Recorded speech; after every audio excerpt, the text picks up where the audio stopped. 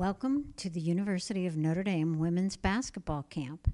This brief video is an introduction to NCAA rules for any prospective student-athlete who aspires to play athletics at the collegiate level for an NCAA Division I or Division II institution. Once you have started classes in the 9th grade, you are considered a prospective student-athlete by the NCAA.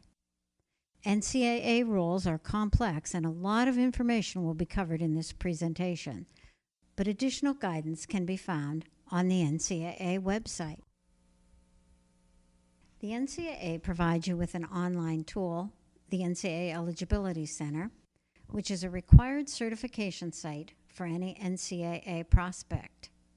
You must register with the Eligibility Center and complete all required tasks before you can be certified to compete on an NCAA-sponsored team. Remember your login ID and password because you will need them for several years until you are fully certified. You should access the site early during your freshman and sophomore years and share the academic requirements with your high school guidance counselor. This will help to ensure that you are on track academically, as the NCAA requires that you complete 16 core courses in specific subject areas before you enter college. 10 of these courses must be completed prior to your senior year in high school. After your junior year, ask your high school to send your transcripts to the NCAA Eligibility Center. And when you take the ACT or SAT, these scores must also be sent to the Eligibility Center. You may request on the testing agency website that your test scores be sent directly to the Eligibility Center. Once you graduate from high school, you must request that your high school send a final transcript with proof of graduation to the Eligibility Center. During your junior and senior years, you will also answer amateurism survey questions in the Eligibility Center.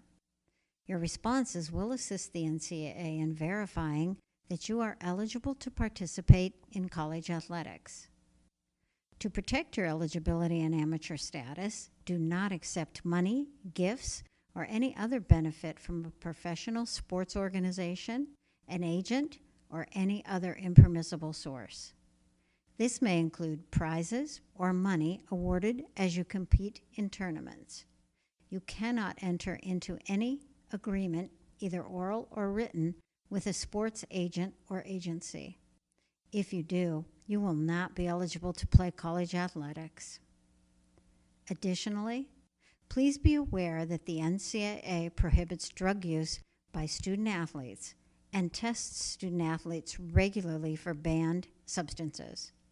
The NCAA also prohibits gambling by student athletes in any amateur, collegiate, or professional sport that the NCAA sponsors. This includes any bet accepted personally or arranged through a bookie.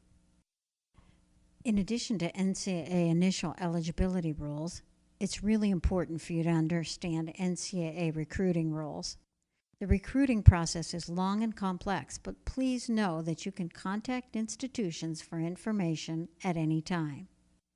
While there is no limit on when or how often you can contact an institution for information, there is a limit on when, how, and how often a coach may contact you. Be aware of where you stand in the recruiting process and always ask questions if you have them. You may also visit any institution an unlimited number of times at your own expense. These visits are unofficial visits, and during unofficial visits, you may receive complimentary tickets to a home, regular season athletics event.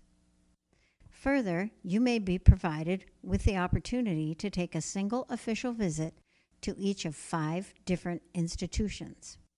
Official visits are trips financed in part or in whole by the institution and are permissible beginning in your senior year of high school in all sports other than women's basketball, which allows official visits beginning the Thursday following the NCAA Division I Women's Basketball Championship game during your junior year.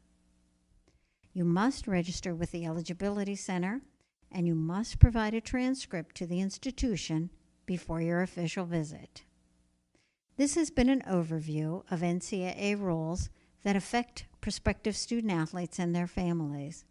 Please remember that you have many resources to assist you throughout the recruiting process, and do not hesitate to ask any questions.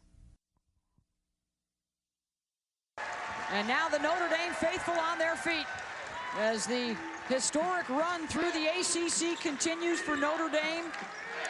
Through 3 years in the league, they will be 57-1, and the Irish will improve to 30-1.